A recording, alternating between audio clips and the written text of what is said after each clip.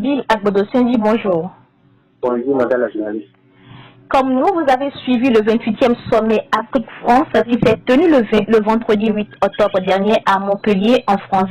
Un sommet radicalement nouveau, sans chef d'État, sans autorité institutionnelle, mais plutôt exclusivement réservé à la jeunesse africaine et française. Bill, quelle appréciation faites-vous de cette rencontre de la couche juvénile africaine avec le président français? Merci beaucoup, madame la journaliste, pour cette question. Tout d'abord, je m'en vais dire quelque chose, si vous me permettez, je suis. Je pense que nous, les Africains, à un niveau donné de l'histoire des peuples, nous devons avoir compte et nous poser la question de savoir qu'est-ce que nous voulons pour notre continent, qu'est-ce que nous voulons pour la génération à venir, qu'est-ce que nous voulons nous-mêmes, quelle place voulons-nous, si vous me permettez, dans le Conseil des grandes nations. Tout un continent, je suis quoi, le plus grand et le plus riche au monde. Et à chaque fois convoqué par chaque grande puissance, parce que personne ne veut parler du gâteau magique que représente l'Afrique. Ça doit nous faire réfléchir. Et pour ce qui concerne le sommet de Montpellier, je dirais simplement que la France a compris qu'elle est fournie par la jeunesse africaine à travers les actions que nous, les panafricanistes, nous menons, quel qu'en soit le bord, bien sûr. Et par conséquent, elle a intérêt à préparer la relève des futurs leaders pour ses intérêts. Parce que dans la relation internationale, les États n'ont pas d'amis. Hein. Les États n'ont que d'intérêt. Et par conséquent, la France voit qu'elle est en train de perdre le terrain sur le continent africain. Par conséquent, elle n'a pas intérêt parce que ses intérêts sont menacés. Et par conséquent, il faudrait qu'elle pille maintenant sa légitimité à travers la jeunesse. Et pour cela, ok, c'est bien vu. Et Thomas Sankara nous dira que le peuple français n'est pas contre le peuple africain. Parce que ceux qui nous exploitent sont également ceux qui les exploitent. Et par conséquent, beaucoup sont également ces Français qui sont contre la politique française en Afrique.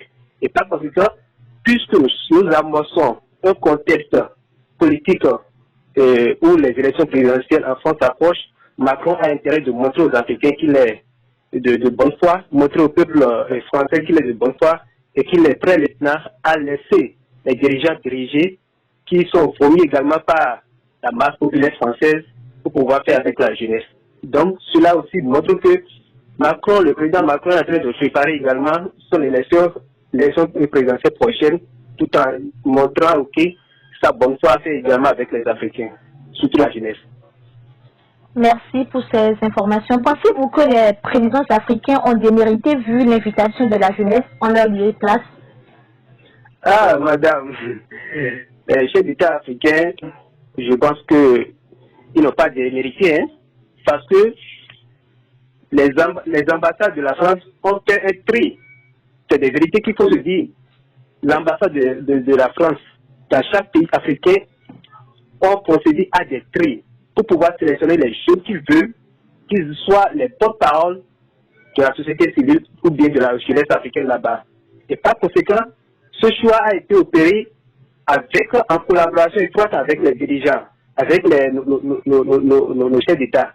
Donc s'ils ne sont pas là également, donc certainement ils ont leurs représentants qui sont là-bas. Mais souvenez-vous, on a compris qu'à un niveau donné de l'histoire, certains chefs d'État ont voulu manifester. Mais rapidement, on leur a montré que si vous soulevez la tête, on va vous casser. Et par conséquent, on a vu à travers ce sommet que certaines personnes ont envoyé des gens qui ont manifesté ce qu'ils ne pouvaient pas dire il y a de cela quelques années. Ou bien ce qu'ils ont dans leur cœur, et pour des raisons de se voir déstabilisés ou autres, ils ont envoyé des gens qui sont allés se manifester. Donc, je pense que ceux-là, si éventuellement la France devrait opérer des tris et envoyer ceux qu'elle décide à ce sommet, je pense que je ne dirais pas que les chefs d'État n'ont pas de limité parce que c'est leurs poulains en partie qui sont là-bas. Donc, pour vous, pour les autres fois, si la France pouvait toujours maintenir la couche juvénile à ces sommets, vous serez très ravis. Au lieu des présidents. Mais toutefois, madame, la France sait très bien la politique qu'elle est en train de mener. C'est tout comme si le bureau de mes parents me disent que je t'invite à collaborer pour savoir ce qui ne va pas, par exemple, pour laquelle tes parents meurent. alors que le gros sait très bien que c'est lui qui a la base. Si la France a besoin de changer les choses, la France n'a pas besoin d'éviter la jeunesse. C'est une volonté manifeste que nous voulons voir poser des pas. On ne peut pas, à la tête d'un sommet, éviter la jeunesse pour pouvoir changer la politique étrangère que mène la France en Afrique. Et dans le même temps, on fait des injonctions, on prononce des propos déplacés vis-à-vis. Regardez ce qui se passe avec l'État Mali, où on dit que le régime qui est là n'est pas, la jeunesse n'a qu'à quitter le pouvoir, on viendra négocier avec les nouveaux forts. Vous voyez? Ça pose des problèmes. Est-ce que ceux-là ont la bonne volonté? Ceux-là veulent effectivement faire avec la jeunesse africaine, ou bien si c'est pas un jeu de chat qu'ils sont en train de mener? En tout cas, l'histoire nous dira plus. Au cours des échanges qui ont eu lieu à Montpellier, une intervention a retenu notre attention, celle de Eldar Kwama, la Burkinabé, qui disait, je cite, « Si la relation entre les pays d'Afrique et la France était une marmite, sachez qu'elle est très sale, cette marmite. Monsieur le Président, je vous invite à la récurer par des actions concrètes. » Fin de citation. Bill Agbodo-Senji, faut-il récurer cette marmite ou la jeter? Merci beaucoup, madame la journaliste. Je pense que cette marmite est même à fondre. Ce n'est pas ni à recueillir ni à jeter, c'est à fondre. Cette marmite est à disparaître pour pouvoir composer un jeu nouveau. Si maintenant qu'on va recueillir ça, bon, c'est toujours l'ancienne marmite. Donc, je pense que ça va toujours avoir des répercussions parce que déjà, historiquement, les relations sont là. Si la France veut effectivement que les choses changent, je pense qu'elle ira à travers sa volonté de faire partie les administrateurs qui détiennent un droit de veto dans nos banques centrales de la BCEAO, qui contrôlent le franc CFA. Donc les relations diplomatiques où la France exerce un veto, je pense que ces relations avec ces accords militaires et autres signés aux enjeux des débats, tout ça doit être révisé. Mais convoquer les gens, leur donner la parole pour qu'ils puissent se manifester, après on continue toujours avec la même truc là. Je pense que c'est des faux problèmes, c'est tout comme si on nous invite à manifester notre mécontentement et après on dit qu'il n'y a plus rien. Donc je pense que selon moi, c'est une marmite à fondre, Totalement. à dissoudre totalement pour pouvoir recomposer un jeu de mots. Comment entrevoyez-vous les prochaines relations entre la France et les pays africains? Autrement, est-ce que le président Macron tiendra compte des différentes observations faites par la couche juvénile dans la relation qui le lie aux pays africains dans les tout prochains jours?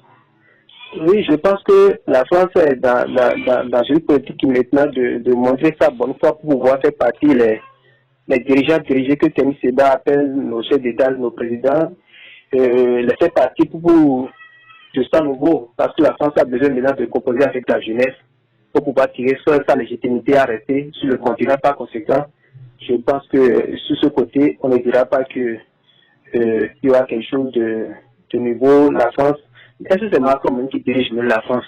L'oligarchie, le président sort des porte-parole de l'oligarchie française.